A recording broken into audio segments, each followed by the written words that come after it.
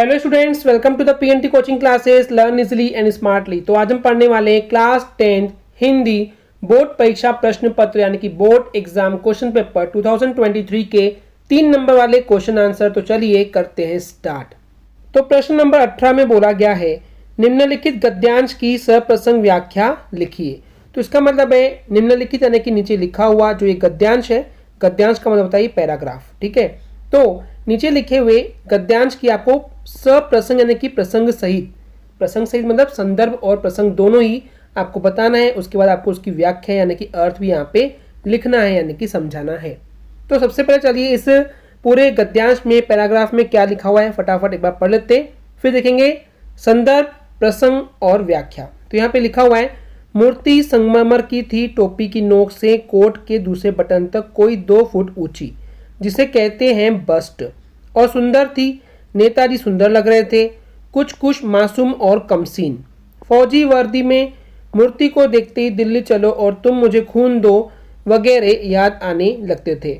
इस दृष्टि से यह सफल और सराहनीय प्रयास था। तो चलिए सबसे पहले देखते हैं कि ये संदर्भ में क्या बताया गया है कि कौन से चैप्टर से लिया गया है और इसके राइटर कौन थे।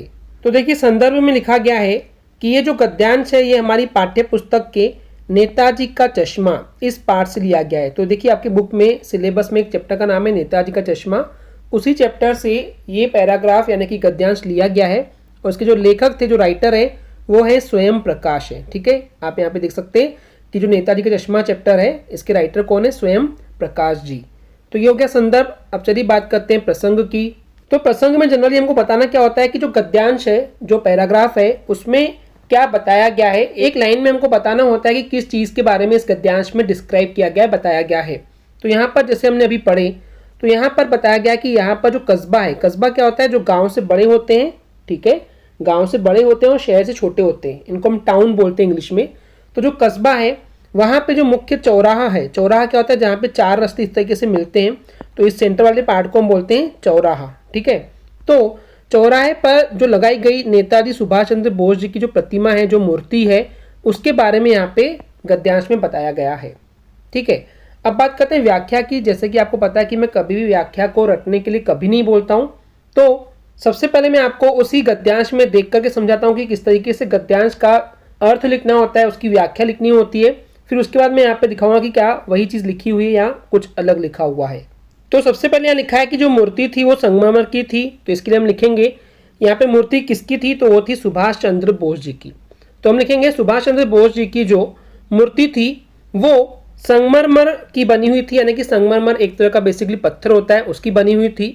और उनके सिर पर जो टोपी लगी हुई थी, और टोपी का जो एक नोक है, जो एक शार्प पॉइंट होता है, तेज पॉइंट होता है, वहाँ से लेकर के जो कोट का जो दूसरा बटन है वहाँ तक के, अगर इसकी कोई ऊंचाई की हम बात करें, हाइट की बात करें, तो ये लगभग 2 फुट ऊंची मूर्ति थी। ठीक है, आगे बोला गया है जिसे कहते हैं बस्ट, यानी देखिए यहाँ पे जो ये बटन के बारे में बात हो रही है, तो ये जो बटन होता है जनरली कहाँ पर होता है, ये हमारी जो छाती होती है, चेस्ट होती है, वहाँ पे जो बटन था वहाँ तक की ऊंचाई की बात की गई थी। तो इस बटन वाली जगह को बोला गया है बस्ट। बस्ट यानी क्या होता है, बस्ट का अर्थ होता है सीना या छाती। तो वहाँ तक के लगभग इस मूर्ति की जो ऊंचाई थी वो लगभग 2 फुट की थी। और ये जो मूर्ति थी बहुत ही सुंदर थी, दिखने में बहुत अच्छी लग रही थी। और जो नेताजी यानी कि सुभाष चंद्र बोस जी थे वो बहुत ही सुंदर लग रहे थे मूर्ति में। और ये जो मूर्ति थी सुभाष चंद्र बोस जी की, तो उसमें जो सुभाष चंद्र बोस जी थे वो बहुत ही मासूम यानी कि भोले भाले दिख रहे थे, और कमसीन यानी कि बहुत ही कम उम्र के दिख रहे थे, यानी कि नौजवान दिख रहे थे। और उनकी इस मूर्ति पे जो वर्दी पहनी हुई थी, जो कपड़े पहने हुए थे, वो फौजी वाली वर्दी पहनी हुई थी, यानी कि जो फौजी कपड़े पहनते हैं उसी टाइप की वर्दी कपड़े जो है वो उस मूर्ति को पहनाए गए थे। और जब इस मूर्ति को देखते हैं हम, तो हमको देखने से क्या चीज़ें याद आती है कि जो सुभाष चंद्र बोस जी ने नारे दिए थे, दिल्ली चलो और तुम मुझे खून दो मैं तुम्हें आज़ादी दूंगा वगैरह, यानी कि और भी बहुत सारे ऐसे जो नारे थे हमें याद आने लगते हैं उस मूर्ति को देख करके। तो इस दृष्टि से यानी कि इस नज़रिए से ये जो मूर्ति बनाई गई है बहुत ही शानदार तरीके से सफल एक प्रयास था, कोशिश थी, और इस कोशिश की सराहनीय यानी कि तारीफ होनी चाहिए। तो ये बताया गया है इस गद्यांश में। इस तरीके से आप लिखेंगे तो आपको पूरे में से पूरे नंबर मिल जाएंगे। तो चलिए अब देखते हैं कि क्या चीज़ हमने जो आपको डिस्क्राइब की है, जो बताए, क्या वही चीज़ व्याख्या में लिखी हुई है। तो देखिए व्याख्या में क्या लिखा हुआ है, सुभाष चंद्र बोस की जो मूर्ति चौराहे पर लगाई गई थी वह संगमरमर की थी। उनके सिर पर जो टोपी थी उसकी ऊपर की जो नोक से लेकर के जो पहने हुए कोट के दूसरे बटन तक की जो ऊंचाई थी वो लगभग 2 फुट थी। इसको बस्ट कहा जाता है। जो मूर्ति लगवाई गई थी वह बहुत ही अच्छी लग रही थी। उसमें नेताजी सुभाष चंद्र बोस बहुत सुंदर लग रहे थे। मूर्ति में वे बड़े भोले भाले और नाजुक यानी कि कम उम्र के प्रतीत हो रहे थे, प्रतीत यानी कि दिखाई दे रहे थे। और उन्होंने जो फौज की वर्दी पहन रखी थी, मूर्ति को देखते ही लगता था कि वे कह रहे हो दिल्ली चलो या तुम मुझे खून दो मैं तुम्हें आज़ादी दूंगा। इसी तरह नेताजी के नारे याद आ जाते थे। इस तरह इस मूर्ति को चौराहे पर लगवाने का कार्य बहुत ही प्रशंसा यानी कि तारीफ करने के योग्य था यानी कि लायक था। तो जो हमने आपको एक्सप्लेन किए व्याख्या में बताया सब चीज़ें वही यहाँ पे लिखी हुई थी। अब बात करते हैं विशेष पॉइंट की यानी कि खास पॉइंट की। तो यहाँ पे जो नेताजी सुभाष चंद्र बोस जी हैं उनके जो स्वतंत्रता आंदोलन का मतलब क्या होता है? स्वतंत्रता यानी कि आज़ादी और आंदोलन यानी कि लड़ाई। तो आज़ादी की लड़ाई में जो नेताजी सुभाष चंद्र बोस जी थे उन्होंने जो जो कार्य किए थे उनकी झलक यानी कि उसकी एक नज़र हमको इस मूर्ति से प्रकट हो रही थी। ये हो गया पहला विशेष। दूसरे विशेष में बोला गया है कि यहाँ पे चित्रात्मक शैली। देखिए चित्रात्मक शैली क्या होता है? ऐसे या इस तरीके से व्याख्या करना जिससे कि वो सारे चित्र जो उन्होंने किए थे वो हमारे सामने उनकी याद के रूप में आ जाए, उनके चित्र बन जाए हमारे सामने, तो उसको बोलते हैं चित्रात्मक शैली। इस तरीके से लिखा गया है। तो यहाँ पे चित्रात्मक शैली और सरल भाषा का प्रयोग हुआ है इस गद्यांश में यानी कि इस पैराग्राफ में। तो इस तरीके से आपको यहाँ पे लिखना होगा। ओके स्टूडेंट्स, क्लियर है? तो चलिए देखते हैं नेक्स्ट क्वेश्चन। तो इसके अथवा में एक और यहाँ पे गद्यांश दिया हुआ है, एक पैराग्राफ दिया हुआ है। इसकी भी हमको संदर्भ, प्रसंग और व्याख्या एक्सप्लेन करनी है। तो चलिए जल्दी से एक बार इस पैराग्राफ को पढ़ते हैं ताकि हम प्रसंग को बना पाएं। तो यहाँ पे लिखा है, यह पितृगाथा मैं इसलिए नहीं गा रही कि मुझे उनका गौरव गान करना है, बल्कि मैं तो यह देखना चाहती हूँ कि उनके व्यक्तित्व की कौन सी खूबी और खामियां मेरे व्यक्तित्व के ताने बाने में गूंथी हुई है, या कि अनजाने अनचाहे किए उनके व्यवहार ने मेरे भीतर किन ग्रंथियों को जन्म दे दिया है। तो ये था यहाँ पे गद्यांश। अब चलिए देखते हैं सबसे पहले इसका संदर्भ। तो यहाँ पे ये जो गद्यांश है वो हमारी पाठ्य पुस्तक के एक कहानी यह भी पाठ से लिया गया है। देखिए जो आपके पास बुक है उस सिलेबस में एक चैप्टर है एक कहानी यह भी, उसी पाठ से ये गद्यांश यानी कि पैराग्राफ लिया गया है। और इसकी जो लेखिका है, जो राइटर है वो कौन है? मन्नू भंडारी जी हैं। तो ये हो गया संदर्भ। अब बात करते हैं प्रसंग की। तो ये नीचे लिखा हुआ है प्रसंग। तो इसमें बोला गया है जो लेखिका है मन्नू भंडारी जी वो ये जानना चाहती हैं कि उनके व्यक्तित्व पर, व्यक्तित्व यानी कि उनकी पर्सनैलिटी पर, उनके नेचर पर, उनके माता पिता द्वारा जो किए गए व्यवहार है, जो बिहेवियर है, जो संस्कार उन्होंने दिए हैं उसका क्या प्रभाव पड़ा है। तो वो ये जानना चाहती है। तो यानी कुल मिलाकर के इस गद्यांश में लेखिका ये जानना चाहती है कि उनकी पर्सनैलिटी, उनके व्यक्तित्व पर उनके माता पिता का क्या असर पड़ा है। तो चलिए अब बात करते हैं व्याख्या की। तो जैसे कि आप सभी को पता है कि मैं आपसे हमेशा बोलता हूँ कि कभी भी किसी व्याख्या को रटना नहीं चाहिए, उसी पैराग्राफ में उसका आंसर छुपा होता है। तो चलिए वन बाय वन इसको हम समझते हैं। तो यहाँ पे पहली लाइन में बोला गया है, यह पितृ गाथा। पितृ यानी होता है माता पिता और गाथा यानी होता है उनका गुणगान करना, या कविता के रूप में या गीत के रूप में किसी का बखान करना, उनकी तारीफ करना, उसको हम बोलते हैं गाथा। तो जो लेखिका है मन्नू भंडारी जी वो बताती है कि मैं आपके सामने ये जो पितृ गाथा है, जो माता पिता की जो मैं गाथा गा रही हूँ, जो उनकी तारीफें कर रही हूँ, वो मैं इसलिए नहीं गा रही, इसलिए नहीं कर रही हूँ क्योंकि मुझे उनका गौरव गान करना है। गौरव यानी कि उनके मान सम्मान इज्जत की गान करना यानी कि उनका गाना गाना है, उनका मान सम्मान, उनकी इज्जत, उनका बड़प्पन, उनकी महानता के बारे में गाना गाना है, इसलिए नहीं बता रही हूँ। बल्कि मैं तो यह देखना चाहती हूँ, मैं ये पता करना चाहती हूँ कि उनका जो व्यक्तित्व था यानी कि उनका जो बिहेवियर था। देखिए आपको पता होगा इस चैप्टर में कि जो लेखिका है मन्नू भंडारी जी, उनके पिताजी थोड़े से चिड़चिड़े स्वभाव के थे, बहुत गुस्सा करते थे। तो वो जानना चाह रहे हैं कि उनके अंदर भी जो ये तेजपना है, जो गुस्सा है, क्या वो उनके माता पिता से आया है क्या। तो वही बोल रहे हैं कि उनके जो व्यक्तित्व है, ठीक है, यानी कि उनके माता पिता के जो व्यक्तित्व, जो पर्सनैलिटी है, उनकी कौन सी खूबियाँ यानी कि कौन सी जो अच्छाइयाँ हैं या फिर जो खामियाँ हैं, जो कमियाँ हैं, वो मेरे व्यक्तित्व यानी कि जो लेखिका का जो व्यक्तित्व है, जो पर्सनैलिटी है, उनमें आई है।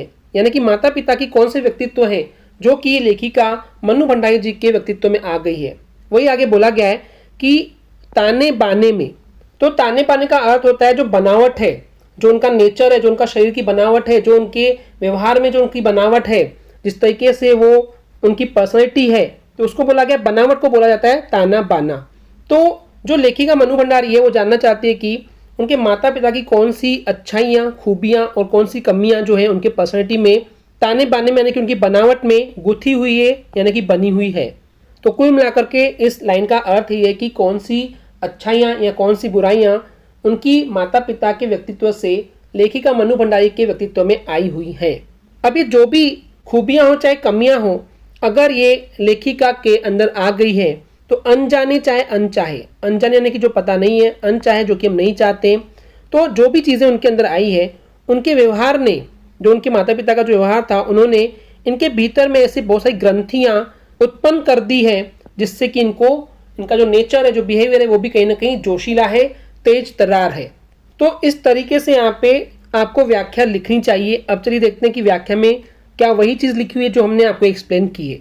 देखिए यहाँ बोला गया, लेखिका जो मन्नू भंडारी जी है वो ही बताती हैं कि वे हमारे समक्ष यानी कि हमारे सामने अपने पिता की जो ये प्रशंसा कर रही है, जो तारीफ कर रही है, वो इसलिए नहीं कर रही है क्योंकि उन्हें अपने पिताजी की महानता या फिर बड़प्पन का गान गाना यानी कि गाना गाना है, इसलिए वो नहीं कर रही है, बल्कि लेखिका तो ये देखना चाहती है कि उनके व्यक्तित्व, उनकी पर्सनैलिटी में उनके पिता के पर्सनैलिटी की कौन कौन सी अच्छाई या विशेषता या खास बात और कौन कौन सी कमियां या बुराइयां जो हैं वो लेखिका के व्यक्तित्व के ताने बाने में यानी कि बनावट में गुथी हुई है यानी कि उनके अंदर आ गई है। या फिर अनजाने अनचाहे, जैसे कि मैंने बताया कि अनजाने का मतलब होता है कि जो हमको पता नहीं है, और अनचाहे यानी कि जो हम नहीं चाहते। ऐसे भी कई किए उनके पिताजी के जो व्यवहार है, जो बिहेवियर है, उन्होंने लेखिका के भीतर यानी कि अंदर न जाने किन किन ग्रंथियों को जन्म दे दिया है। तो कहने का तात्पर्य यानी कि अर्थ यह है कि जो लेखक है अपने पिताजी के बारे में, इसलिए यहाँ लेखक नहीं आएगा, लेखिका आएगा, ठीक है, लेखिका। तो यहाँ पे जो लेखिका है वो अपने पिताजी के बारे में इसलिए बता रही है ताकि वे समझ सके, वो समझना चाहती है कि उनके पिताजी की कौन कौन से अच्छाइयाँ और बुराइयाँ वो लेखिका के अंदर आ गई हैं। ओके स्टूडेंट्स, इस तरीके से आपको यहाँ पे एक्सप्लेन करना चाहिए। आई होप स्टूडेंट्स क्लियर हो गया होगा। चलिए देखते हैं नेक्स्ट क्वेश्चन। प्रश्न 19 में बोला गया है, मीठी बोली का महत्व विषय पर अनुच्छेद लिखिए। देखिए एक टॉपिक दिया हुआ है, मीठी बोली का महत्व। मीठी यानी कि अच्छा, बोली यानी कि बोलचाल, यहाँ जिससे आप बात कर रहे हैं आपका बिहेवियर कैसा होना चाहिए। तो बोलते समय जो आप बहुत अच्छे से प्यार से बात करते हैं उसको बोलते हैं बोली। तो मीठी बोली यानी कि अच्छे से बात करना, अच्छे से बिहेव करना। तो इसका महत्व क्या है, इंपॉर्टेंस क्या है, इस विषय पर यानी कि इस टॉपिक पर आपको एक अनुच्छेद, अनुच्छेद का मतलब होता है पैराग्राफ, तो यहाँ पे आपको इस टॉपिक पर अनुच्छेद लिखना है। तो चलिए समझते हैं इसको आंसर से। तो ये हमारा टॉपिक है मीठी बोली का महत्व, यानी कि जो मीठी बोली होती है इसका क्या इंपॉर्टेंस होता है। तो जो बोली होती है, जो बोलने का तरीका होता है, वही मनुष्य को किसी का अप्रिय अथवा प्रिय बनाती है। यानी कि कोई भी इंसान है, उस इंसान की, उस मनुष्य की जो बोली होती है वही किसी के लिए अप्रिय हो जाता है यानी कि नापसंद वाला हो जाता है, और किसी के लिए प्रिय यानी कि पसंदीदा बना देता है। देखिए अगर आप किसी से अच्छे से बात करेंगे तो आप उसके फेवरेट हो जाते हैं, प्रिय हो जाते हैं, लेकिन आप किसी से जब अच्छे से बिहेव नहीं करते, अच्छे से बात नहीं करते, तो आप उसके लिए अप्रिय यानी कि नापसंद वाले इंसान बन जाते हैं। वही बोला गया है, यदि मनुष्य यानी कि जो इंसान है अगर उसकी बोली मीठी बोले, ठीक है, कोई भी इंसान अगर मीठी बोली बोलेगा तो वह सबका प्रिय यानी कि खास, पसंदीदा बन जाता है। प्रिय यानी कि जो हमें पसंद आता है, ठीक है। जबकि अनेक गुण, अगर कोई एक इंसान है उसके पास बहुत सारे गुण हैं, लेकिन अगर उसके पास बहुत सारे गुण होते हुए भी यदि उसकी बोली में वो मिठास, वो अच्छापन नहीं है जो बात करने में होना चाहिए, तो उसे कोई भी पसंद नहीं करता है। बहुत ही नॉर्मल सी बात है, अगर आपके साथ भी स्टूडेंट्स कोई अच्छे से बात नहीं करता है तो वो आपको पसंद नहीं आता है, यानी कि अप्रिय हो जाता है। तो इस तथ्य को, इस फैक्ट को अगर हमको समझना है तो कोयल और कौवे, देखिए दोनों बर्ड्स हैं, पक्षी है, कोयल भी है और कौवा भी है। तो इसके उदाहरण द्वारा हम इस पूरे तथ्य को, फैक्ट को हम भली प्रकार से यानी कि अच्छे प्रकार से समझ सकते हैं। तो इसके लिए हमको देखना होगा कि कोयल और कौवा दोनों जो है वो देखने में समान होते हैं, काले होते हैं, लेकिन कौवे की जो आवाज़ होती है वो कर्कश होती है। कर्कश यानी कि ऐसी आवाज़ जो हमें चुभती है, हमको अच्छी नहीं लगती है, जो सुनने में बुरी लगती है। तो कौवे की जो आवाज़ है वो कर्कश होती है, लेकिन जो कोयल होती है उसकी आवाज़, जो बोली है वो बहुत ही मधुर यानी कि मीठी होती है, जो कि सुनने में बहुत अच्छी लगती है। तो दोनों की यानी कि कोयल और कौवे की अलग अलग पहचान बनाती है। तो लोग जो है हमेशा कोयल को अच्छा मानते और कौवे को बुरा मानते हैं। इसलिए जो कौवा होता है वो सबको अप्रिय यानी कि पसंद नहीं होता है, और कोयल जो है वो सबको प्रिय होती है क्योंकि वो अच्छा बोलती, मीठा बोलती है। तो वैसे भी ये कहा गया है कि भले ही किसी को गुड़ दो या न दो, लेकिन गुड़ वाली बातें तो करो। तो इसका अर्थ ये है कि आप किसी को गुड़ दो या न दो, यानी कि किसी को कोई चीज़ दो या मत दो, लेकिन गुड़ वाली बातें करो, मतलब कि मीठा तो उससे बात कर ही सकते हो, भले कुछ चीज़ें मत दो उसको, लेकिन बात इतना प्यार से करो कि वो आपका गुणगान करते थके नहीं, आपकी तारीफ करते थके नहीं। वही आगे बोला गया है, इसका अर्थात यानी कि अर्थ ये है कि हम किसी को कुछ दे न दे वो ठीक है, लेकिन उनसे मीठी बोली तो हम बोल ही सकते हैं, उससे अच्छे से बात तो कर ही सकते हैं। तो वास्तव में यानी कि रियल में व्यक्ति की बोली उसका अदृश्य आवरण होती है। तो कोई भी व्यक्ति यानी कि इंसान है, जो उसकी बोली होती है वही उसका अदृश्य यानी कि ना दिखने वाला, दृश्य यानी कि दिखने वाला और अदृश्य यानी कि ना दिखने वाला, आवरण का मतलब होता है जो पर्दा, जो ढक्कन या जिसके पीछे वो होता है, उसका जो नेचर होता है, जो संस्कार होता है, जो बिहेवियर होता है, वो अवश्य हमको देखने को मिलता है। तो कुल मिला के इस लाइन का अर्थ यह है कि वास्तव में यानी कि रियल में कोई व्यक्ति की जो बोली होती है वो उसका अदृश्य यानी कि ना दिखने वाला आवरण होता है, जिसके जरिए हम उस इंसान को पहचान सकते हैं। क्योंकि जब भी हम किसी इंसान को पहचानना चाहते हैं ना, तो हम उसकी बोली को देखते हैं कि कैसा बात कर रहा है। तो यानी कि वो बोली जो है ना वो उसका आवरण है, उसको ढक रहा है, यानी कि बोली के जरिए ही हम उस इंसान को पहचान सकते हैं, इसलिए वो उसका आवरण है, उसको ढक रहा है। ठीक है, तो आगे बोला गया है बोली से बोलने वाले के चरित्र और संस्कारों का भी पता चलता है। वही बोला गया जो बोली वो इंसान बोल रहा है उसके बोलने वाले के चरित्र की कैरेक्टर का पता करना है, तो हम उसकी बोली को देखते हैं, या उसके संस्कारों का, उसकी जो सभ्यता है, जो उसने सीखा है अपने माता पिता से, उसके जरिए ही। तो किसके जरिए? बोली के जरिए। तो बोली के जरिए किसी भी इंसान का चरित्र यानी कि कैरेक्टर और संस्कार यानी कि सभ्यता का पता चल जाता है। तो इस तरीके से आपको मीठी बोली का महत्व के ऊपर अनुच्छेद लिखना आना चाहिए। ओके स्टूडेंट्स, क्लियर है? तो चलिए देखते हैं नेक्स्ट क्वेश्चन। इसके अथवा में बोला गया है बढ़ती महंगाई के संबंध में ग्राहक और किराना दुकान के मालिक के मध्य संवाद लिखिए। देखिए, आपको सबको पता ही होगा कि जो महंगाई है वो बहुत ज़्यादा बढ़ते जा रही है। तो ये जो बढ़ती महंगाई है उसके संबंध में उस टॉपिक पे दो लोग हैं, एक ग्राहक है और एक किराना दुकान का मालिक है। किराना दुकान में क्या होता है, जो ग्रॉसरी बेचते हैं ना, किराने का सामान बेचते हैं, उसको बोलते हैं किराना दुकान। तो उसके जो मालिक है, जो ओनर है, और ये जो ग्राहक है, इनके मध्य यानी कि इनके बीच में जो संवाद हो रही है, बातचीत हो रही है, इसको यहाँ पे अपने शब्दों में लिखना है। तो चलिए देखते हैं इसको आंसर से। तो यहाँ पे आप देख सकते हैं टॉपिक है बढ़ती महंगाई, और इस संबंध में ग्राहक और किराना दुकान के जो मालिक है उनके बीच की संवाद हम यहाँ पे लिख के दिखा रहे हैं। तो सबसे पहले ग्राहक जाता है दुकान पे। ग्राहक यानी होता है कस्टमर, ठीक है। तो कस्टमर यानी कि जो ग्राहक होता है वो दुकानदार के पास जाता है, किराना दुकान में जो उसका मालिक होता है बैठा होता है, उसके पास जाकर के बोलता है मुझे 2 लीटर सरसों का तेल चाहिए, क्या भाव है। यानी कि उसको 2 लीटर क्या चाहिए, सरसों का तेल चाहिए 2 लीटर। और अब पूछता है भाव क्या है, यानी कि इसका रेट क्या है।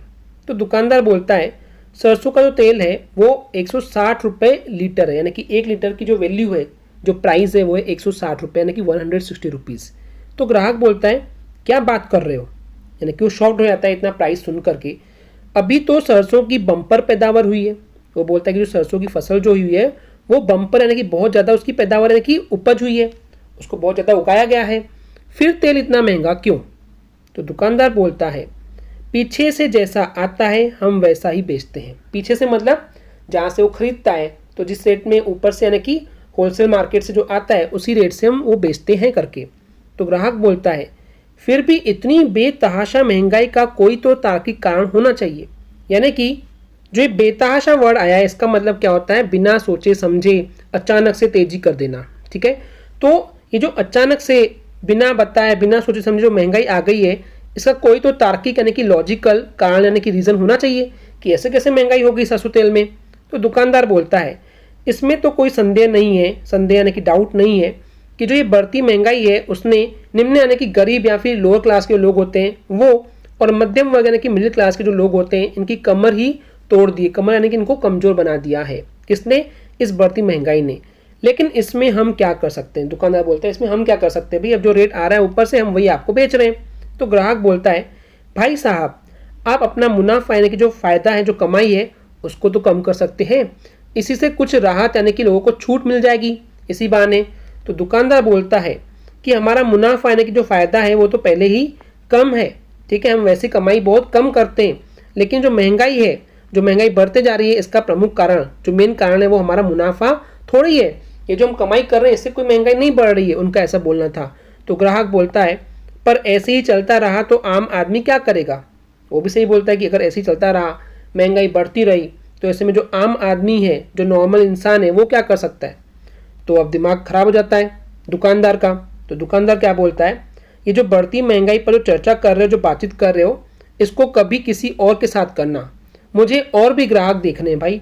आपको तेल लेना है तो लो, वरना आगे बढ़ो। वो सीधा बोलता है भाई मेरे पास और भी कस्टमर है, मैं आपके साथ यहाँ पे बैठ करके बढ़ती महंगाई पर बातचीत करने के लिए फ्री नहीं हूँ।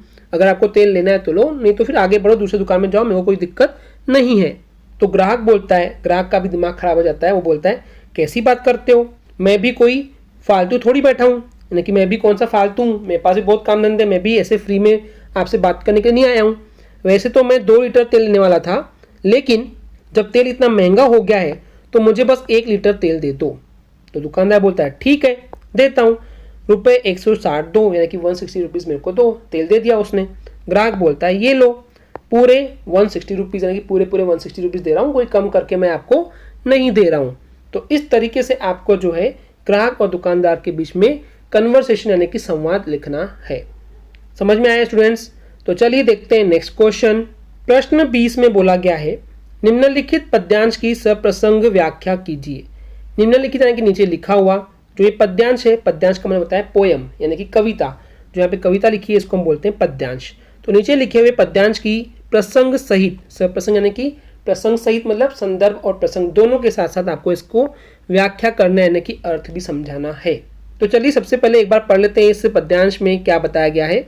हमारे हरि हारिल की लकड़ी, मन क्रम वचन नंद नंदन और यह दृढ़ करी पकड़ी, जागत सोवत स्वप्न दिवस निसी, कान कान जकरी, सुनत जोग लागत है ऐसो ज्यो करुई ककरी, सुतो व्याधि हमको ले आए, देखी सुनी न करी, यह तो सूर तिनही ले सौंपो, जिनके मन चकरी। तो चलिए इसके संदर्भ, प्रसंग और अर्थ को समझते हैं।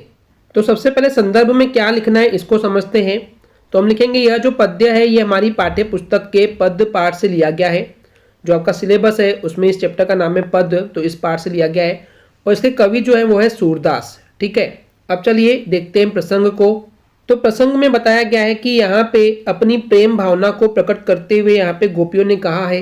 तो मेन ये जो भी चीज़ें कही गई है वो गोपियों के द्वारा कही गई है और यहाँ पे अपनी प्रेम की जो भावना है, जो फीलिंग है उसको प्रकट कर रही है और प्रकट करते हुए कहती है कि हम श्री कृष्ण के प्रेम के बिना जीवित नहीं रह सकती, यानी कि जिंदा नहीं रह सकते, हमको इतनी आदत पड़ चुकी है कृष्ण के प्रेम की। अब चलिए अर्थ की तरफ बढ़ते हैं। तो जैसे कि मैंने हमेशा से अपने वीडियोस में कहा है कि अर्थ को कभी भी रटते नहीं है, यहीं पे मीनिंग छुपे हुए होते हैं। तो इसी को हम देख करके उसका अर्थ बनाने वाले हैं। तो चलिए 1 बाय 1 आगे बढ़ते हैं। पहली लाइन में है हमारे हरि हारिल की लकड़ी। तो हमारे जो हरि है, हरि मतलब क्या है, श्री कृष्ण जी है। तो जो हमारे श्री कृष्ण जी हैं वो हमारे लिए हारिल की लकड़ी है। अभी हारिल की लकड़ी क्या होता है मैं आपको समझाता हूँ। तो हारिल जो है वो एक पक्षी का नाम है जो कि जमीन पर बिल्कुल नहीं बैठता है और जब भी अगर वो जमीन पे आता भी है तो वो अपने साथ एक लकड़ी लेके आता है और उस लकड़ी को छोड़ता नहीं है, वो हमेशा उसी लकड़ी पर ही बैठता है। तो यहाँ पे बोलने का मतलब यही है, गोपियाँ बोलना चाह रही जैसे कि वो हारिल का जो बर्ड है, जो पक्षी है, वो अपनी लकड़ी नहीं छोड़ता है, ऐसे ही हम भी श्री कृष्ण को छोड़ नहीं सकते, उसको भुला नहीं सकते हैं। वही चीज़ यहाँ पे बोला गया है कि गोपियाँ उद्धव को बताती है कि हमारे लिए श्री कृष्ण जो है वो हारिल पक्षी की लकड़ी की तरह हो गई जिसको हम छोड़ नहीं पा रहे हैं। और यही कारण है कि हम श्री कृष्ण के प्रेम के बिना क्षण भर यानी कि एक पल भी, एक सेकेंड भी नहीं रह सकती है। अब देखिए आगे क्या बोला गया है। मन क्रम वचन नंद नंदन और यह दृढ़ करी पकड़ी। मन यानी हमारे मन में, क्रम यानी कि हमारे कर्म में, वचन यानी कि हमारे वचन में, वाणी में जो नंद जी हैं, उनके जो नंदन है यानी कि जो बेटे यानी कि श्री कृष्ण जी हैं, वो हमारे उर यानी कि हृदय में, दिल में समाये हुए हैं। यह दृढ़ करके और हमने निश्चित करके, एकदम ठान करके उनको पकड़ के, पकड़ी यानी कि पकड़ के बैठे हैं। अब देखिए अर्थ में देखते, हमने अपने मन, देखिए वही आ गया, मन, कर्म और वाणी से नंद के पुत्र जो श्री कृष्ण जी है उनको अपने हृदय में जकड़ कर, पकड़ कर एकदम स्थिर करके रखा है, यानी कि पकड़ करके बिल्कुल वहां पे रख दिए है। आगे बोला गया है जागत सोवत स्वप्न दिवस निसी कान कान जकरी। तो यानी इसका मतलब है जागत यानी कि जागते हुए, सोवत यानी कि सोते हुए, स्वप्न यानी कि सपने देखते हुए, दिवस हो यानी कि दिन हो, चाहे निसी यानी कि रात हो, कान कान यानी कि कान्हा कान्हा यानी कि कृष्ण कृष्ण को हम जकरी यानी कि जकड़ करके बिल्कुल पकड़ करके उसकी रट लगाए हुए है। ठीक है, अब देखिए यहाँ पे वही लिखा हुआ है कि यही कारण है कि हम जागते हुए, सोते हुए और स्वप्न अवस्था यानी कि सपने की अवस्था में भी श्री कृष्ण के नाम की जो है रट लगा रहे हैं, उनको बार बार जप रहे हैं। और यही कारण है कि हम उन्हें एक क्षण भी, एक पल भी, एक सेकंड के लिए भी भूल नहीं पाते हैं। आगे बोला गया है सुनत जोग लागत है ऐसो ज्यो करुई ककरी। यानी कि सुनत यानी कि सुन करके जो आप ये जोग यानी कि योग साधना का जो कॉन्सेप्ट लेके आए हो कि हम योग और साधना करें और श्री कृष्ण को भूल जाएं, तो ये सुन करके ऐसा लागत यानी कि लगता है, ऐसो यानी कि ऐसा लगता है, ज्यो यानी कि जैसे ही ये एक करुई ककरी है।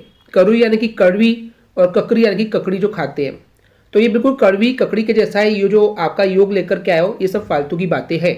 वही चीज यहाँ बोला गया है गोपियों को उद्धव का ये योग का जो संदेश है तो ये कड़वी ककड़ी के जैसा लगता है, और यही कारण है कि वे योग को स्वीकार करने के लिए तैयार बिल्कुल भी नहीं है। आगे बोला गया है सुतो व्याधि हमको ले आए देखी सुनी न करी। सुतो यानी कि हे उद्धव, हमको ले आए यानी कि हमारे लिए जो ये लेकर के आए हो ये व्याधि है। व्याधि यानी कि बिल्कुल फेंकने की चीज है, फेंकने लायक है ये योग। देखी जिसको हमने कभी ना देखा है और ना ही हमने कभी सुना है और ना ही हम इसको स्वीकार कर पाएंगे। तो वही चीज यहाँ पे बोला गया है कि गोपियां कहती है कि उद्धव जो फेंकने के योग्य, जो फेंकने के लायक ये योग का रोग है, जो बीमारी है हमारे लिए, उसी को तुम हमारे लिए लेकर के आ गए हो। यह योग हमने न तो कभी सुना है, न कभी अपनाया है और न ही यहाँ किसी ने भी इसे स्वीकार किया है, इसलिए हम इसे नहीं अपना पाएंगे। ठीक है, अब देखिए यह तो सुर तिन्ही लय सौंपो जिनके मन चक्री। तो यह जो है बात, यह तो यानी कि यह जो बात है वो सूरदास के अनुसार बोली गई है कि तिन्ही यानी कि उन लोगों को ये जाकर के सौंप दो यानी कि दे दो जिनके मन जो है वो चक्री है यानी कि बिल्कुल चंचल है, जिनका मन स्थिर नहीं है। ठीक है, तो ऐसे लोगों को जाकर के दे दो। वही यहाँ पे लिखा है कि सूरदास के शब्दों में गोपियों ने उद्धव से स्पष्ट कह दिया कि इसको तो तुम उनको जाकर दे दो जिनके मन चंचल है, चलायमान है, जिनका मन स्थिर एक जगह पे नहीं होता है। तो ये था इस पद्यांश का अर्थ। अब बात करते हैं काव्य सौंदर्य की। तो काव्य सौंदर्य में पहला पॉइंट है कि गोपियों का जो एक निष्ठ, बिल्कुल एक के लिए जो ये प्यार है, जो गहरा निष्ठ यानी कि जो एक गहरा बिल्कुल प्यार है, जो प्रेम है, उसको व्यक्त किया हुआ है, उसको बताया हुआ है। सेकंड पॉइंट है गोपियां योग को फेंकने योग्य मानती है।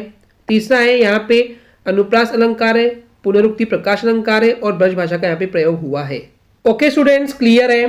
तो चलिए देखते हैं नेक्स्ट इसके अथवा वाले पद्यांश को। इसके अथवा में एक और पद्यांश दिया हुआ है, एक और कविता दी हुई है। इसका भी हमको संदर्भ, प्रसंग और व्याख्या समझाना है। तो चलिए सबसे पहले एक बार फटाफट इसको पढ़ के देखते हैं कि क्या लिखा हुआ है। मधुप गुन गुना कर कह जाता कौन कहानी यह अपनी, मुरझा कर गिर रही पत्तियां देखो कितनी आज घनी, इस गंभीर अनंत नीलिका में असंख्य जीवन इतिहास, यह लोग करते ही रहते हैं अपना व्यंग्य मलिन उपहास। तो चलिए देखते हैं सबसे पहले संदर्भ इसका। तो जैसे कि आप सभी को पता है कि संदर्भ में हम चैप्टर का नाम और उसके राइटर का नाम बताते हैं। तो वही लिखा है कि प्रस्तुत पद्यांश यानी कि प्रस्तुत यानी कि ऊपर जो ये पद्यांश दिया हुआ है, जो कविता दी हुई है, ये हमारी पाठ्य पुस्तक के आत्मकथ्य पाठ से लिया गया है। यानी कि आपके सिलेबस में जो चैप्टर है आत्मकथ्य, उससे लिया गया है। और इसके जो कवि है यानी कि जो इसके राइटर है वो कौन है? जयशंकर प्रसाद जी हैं। तो ये हो गया संदर्भ। अब बात करते हैं प्रसंग की। तो प्रसंग में हमको बताना होता है कि इस पद्यांश में, इस कविता में किस चीज़ के बारे में एक्सप्लेनेशन दिया गया है, किस बारे में वर्णन किया गया है। तो इसमें बताया गया है कि ये जो संसार है, इस संसार में अनेक यानी कि बहुत सारी दुखी करने वाली घटनाएं हुई है। हर किसी की लाइफ में बहुत सारी ऐसी चीज़ें होती है जिससे कि उन्हें बहुत ज़्यादा दुख हो जाता है। तो वही बोला गया कि यहाँ पे बहुत सारे दुखी करने वाली घटनाएं यानी कि इवेंट्स ऐसे हो चुके हैं, तो उन्हें आत्मकथा में लिखना उचित यानी कि सही नहीं है। क्योंकि जयशंकर प्रसाद जी को फोर्स किया जा रहा था कि वो अपनी आत्मकथा लिखे। तो बोलते हैं कि उनके जीवन में बहुत सारे दुख करने वाले यानी कि दुखी घटनाएं हैं, उन्हें वो लिखने की हिम्मत नहीं करना चाहते, क्योंकि वो जब लिखेंगे तो वही उन्हें बुरे पलों को वो याद करना पड़ेगा उन्हें, जो कि वो याद नहीं करना चाहते हैं, इसलिए वो बोलते हैं कि इस आत्मकथा को लिखना उचित नहीं है, सही नहीं है। तो वही है। अब देखिए इंपॉर्टेंट क्या है कि जो 2023 का जो क्वेश्चन पेपर है उसमें स्टार्टिंग के सिर्फ और सिर्फ 4 लाइन ही आई थी, तो हम इन 4 लाइनों का ही आपको अर्थ समझाने वाले हैं। और जैसे कि मैं आपको हमेशा बोलता हूँ कि कभी भी कोई भी अर्थ को रटना नहीं चाहिए, तो मैं आपको इसी पोएम के जरिए पहले समझाऊंगा, फिर आपको यहाँ पे दिखाते हुए चलूंगा कि भावार्थ में भी देखिए वही चीज़ लिखी हुई है या नहीं। ठीक है, तो सबसे पहली लाइन में जो ये वर्ड आया मधुप, मधुप का मतलब क्या होता है? भौरा। ठीक है, देखिए भौरा, भौरा क्या होता है? जो काले कलर का एक छोटा सा कीड़ा होता है जो कि फूलों के आसपास मंडराते रहता है, ब्लैक कलर का कीड़ा, उसको बोलते हैं मधुप यानी कि भौरा। तो क्या कर रहा है? गुनगुना कर यानी कि अपनी आवाज करते रहता है। तो भौरा जो है अपनी जो उसकी आवाज होती है उसको गुंजार बोलते हैं। क्या बोलते हैं? गुंजार यानी कि गूंजना। तो मधुप गुनगुना कर कह जाता, क्या कहता है वो? कौन कहानी यह अपनी। तो अपनी कहानी बता के आता है, यानी कि अपने दुखों की कहानी बता के चले जाता है। वही लिखा हुआ देखिए, कवि प्रसाद जी यानी कि जयशंकर प्रसाद जी कहते हैं कि जो भौरा है जो कि गुंजार करके, गुंजार यानी कि अपनी आवाज करके, पता नहीं अपनी कौन सी दुखपूर्ण यानी कि दुख से भरी हुई जो कथा है, जो कहानी है, वही लिखा है कहानी। देखिए कहानी यानी कि कथा जो है वो सुनाना चाहते हैं। आगे बोला गया है, मुरझा कर गिर रही पत्तियां देखो कितनी आज घनी। तो जो पत्तियां हैं जो कि घनी यानी कि बहुत सारी मात्रा में जो पत्तियां हैं वो मुरझा कर गिर रही है, और ये आज की बात है, तो यानी कि वो कहीं ना कहीं दुखी है, शायद इसलिए मुरझा रही है। तो वही लिखा है कि आज पता नहीं कितनी सारी पत्तियां जो है वो सूख कर डालियों से गिर रही है। ठीक है, फिर लिखा है, इस गंभीर अनंत नीलिमा में असंख्य जीवन इतिहास। यानी कि यहाँ पे अनंत यानी कि जो असीमित, जिसकी कोई लिमिट नहीं है, अनंत यानी कि इनफाइनाइट, राइट। तो जिसकी कोई सीमा नहीं है, ऐसे नीलिमा, नीलिमा यानी कि नीला, नीला कलर क्या होता है? आसमान, आकाश। तो यहाँ पे जो असीमित नीला आसमान है उसमें असंख्य यानी कि बहुत सारे ऐसे जीवन के इतिहास छुपे हुए हैं। जीवन यानी कि देखिए आसमान में कौन देखने को मिलता है? बहुत सारे बर्ड्स हो गए, ठीक है, और उन बर्ड्स की भी अपनी खुद की एक दुख भरी कहानी होती है। तो ऐसे बहुत सारे जीवन के इतिहास जो है यहाँ पे छुपे हुए हैं, जो कि बहुत ही गंभीर है, बहुत ही सीरियस है। देखिए वही यहाँ लिखा है कि इस असीमित नीले आसमान के जो नीचे न जाने कितने ही दुखद यानी कि दुख पहुंचाने वाले वृत्तांत लिखे गए हैं। वृत्तांत यानी क्या होता है? किसी घटना पर लिखे गए बहुत सारे यहाँ पे आत्मकथाएं लिखी हुई है ऑलरेडी। तो वृत्तांत यानी कि घटनाएं जिसके बारे में बताए गए हैं, बहुत सारे समाचार, बहुत सारे हालचाल, इसको बोलते हैं वृत्तांत। तो बहुत सारे इस असीमित नीले आसमान के नीचे बहुत सारे दुख के साथ बहुत सारे वृत्तांत लिखे गए हैं। और आगे क्या बोला गया है? यह लो मतलब लोग, ठीक है, यह जो लोग हैं करते ही रहते हैं अपना व्यंग्य मलिन उपहास। वो क्या करते रहते हैं? व्यंग्य, मलिन और उपहास, ये 3 वर्ड है। इन तीनों वर्ड का मीनिंग क्या होता है मैं आपको समझाता हूँ। सबसे पहले बताता हूँ कि व्यंग्य यानी क्या होता है। जब किसी को चिढ़ाने के लिए या नीचा दिखाने के लिए अगर हम उसकी हंसी उड़ा रहे हैं तो उसको बोलते हैं व्यंग्य। मलिन यानी क्या होता है कि किसी को हद से ज्यादा उसकी बुराई करना, कुचलना या बहुत ही गंदे तरीके से उसकी बुराई करना, उसको बोलते हैं मलिन। और उपहास करने होता है उसकी हंसी उड़ाना। तो ये जो लोग हैं ना, तो ये लोग क्या करते हैं? जिन्होंने वो कहानियां लिखे हैं, जो अपने वृत्तांत लिखे हैं, जो अपनी आत्मकथा लिखे हैं, तो ये जो लोग हैं ना वो उन लिखने वालों पे या उनके ऊपर व्यंग्य करते हैं, मलिन करते हैं और फिर उपहास करते हैं कि उनकी हंसी उड़ाते हैं। तो वही यहाँ पे लिखा हुआ है कि उन लिखने वालों का जो लोग हैं उन लोगों ने बहुत ज़्यादा मजाक बनाया हुआ है। तो इतना आपको यहाँ पे लिखना है। ओके स्टूडेंट्स, क्लियर है? आई होप स्टूडेंट्स आपको ये क्लियर हो गया होगा। अगर आपको हमारी वीडियो से कुछ भी सीखने मिला या नॉलेज मिला तो प्लीज़ हमारे चैनल को सब्सक्राइब कीजिए और वीडियो को लाइक एंड शेयर जरूर करें, जिससे कि बहुत सारे लोगों तक ये वीडियो पहुंच सके। आज की वीडियो को यहीं रोकते हैं। Thank you.